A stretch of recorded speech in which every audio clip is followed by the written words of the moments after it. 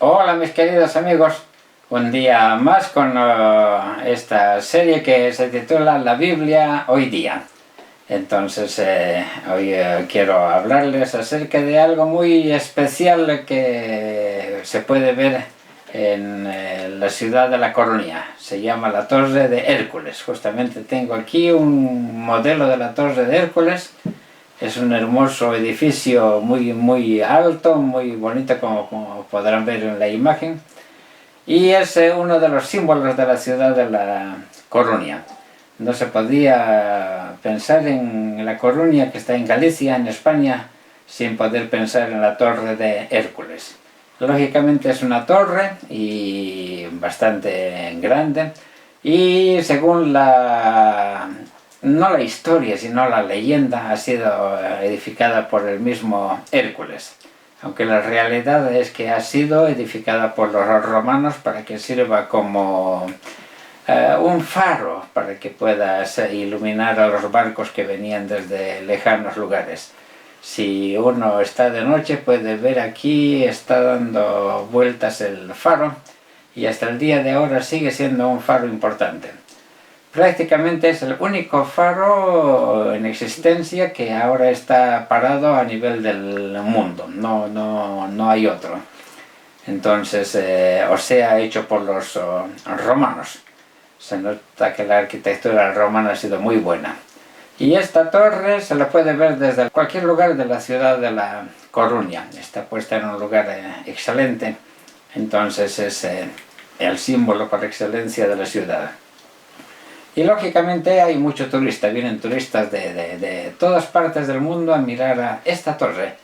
Quieren conocer la Torre de Hércules, subir y poder contemplar siglos de historia que tiene que ver con Roma cuando estuvo en Galicia. Imagínense que en algún momento alguno de los turistas se pusiera a predicar y diga que de esta torre no quedará piedra sobre piedra. Sería un desastre, pero sería terrible escuchar que no quedaría piedra sobre piedra, y la torre esta está edificada totalmente de piedra.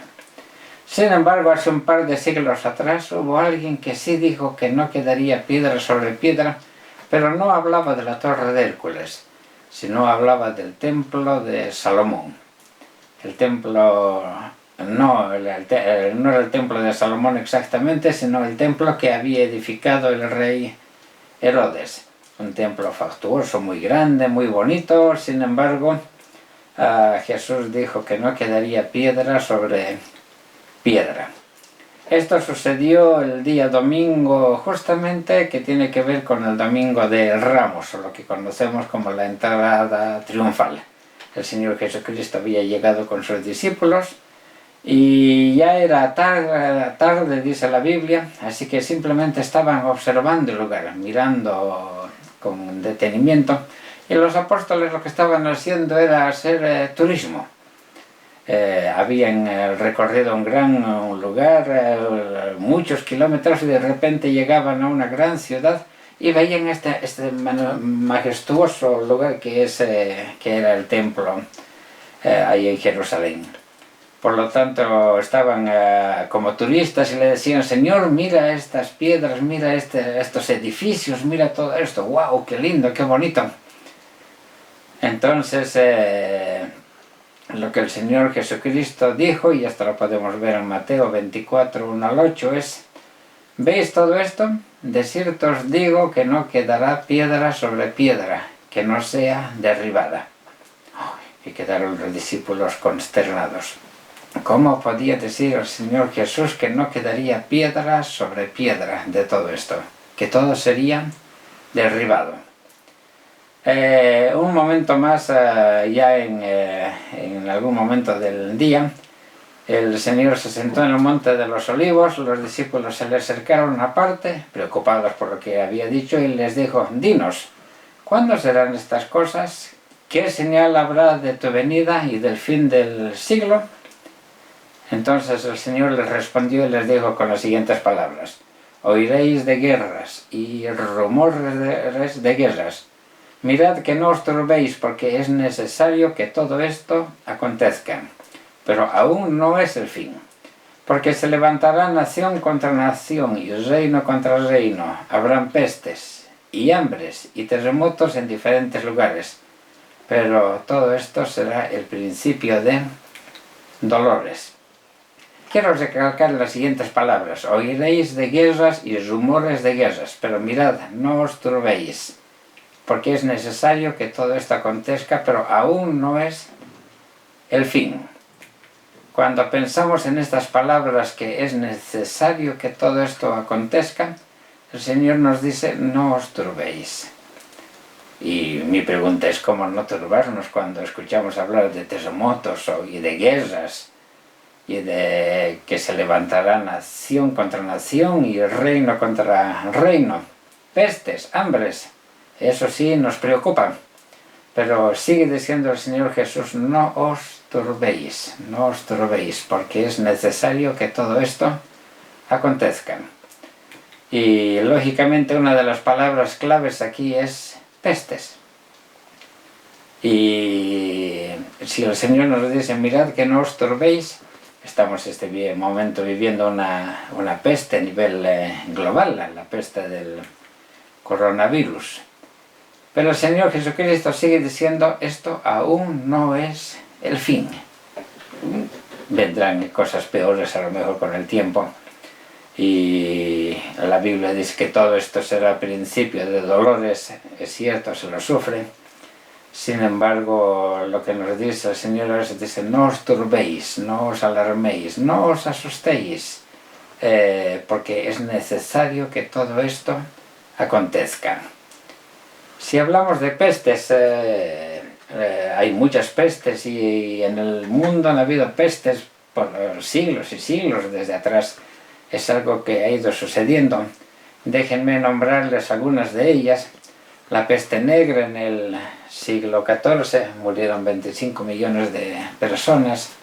La gripe española, que mató a más de 1 millón de personas en 1918.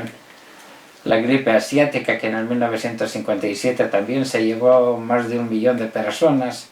La gripe de Hong Kong es terrible, en 1968 murieron 40.000 personas. Estamos hablando de gripes, el coronavirus actual es otra gripe bastante mala. El SIDA, el VIH, en el 1980 apareció, han muerto hasta el momento 25 millones de personas alrededor del mundo y todavía no se ha terminado. El SIDA sigue llevándose gente. Hablamos del síndrome de las vacas locas también, que murieron como 150 personas y miles y miles y miles de vacas en todo el mundo. Se la detuvo a tiempo, pero era una pandemia también.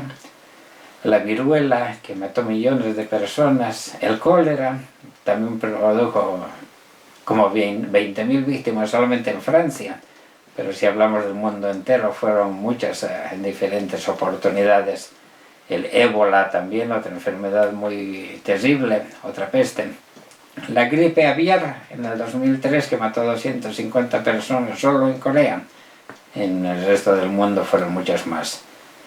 Y la influencia AH1N1, que también fue muy catastrófica.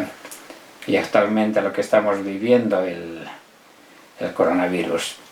Pero piensen, dice la Biblia, mirad que no os turbéis, porque os es necesario que todo esto acontezca, tiene que pasar. Lastimosamente es algo que ya estaba profetizado por el Señor Jesucristo y todo esto está sucediendo, será antes que Él venga en su reino por nosotros. Pero como dice la Biblia, aún no es el fin. Por lo tanto dice, no os turbéis, no os alarméis, no se asusten, estemos tranquilos. Por lo tanto, más buscad primeramente el reino de Dios y su justicia, y todas estas cosas os serán añadidas. Que Dios te bendiga pues y te ayude en todo.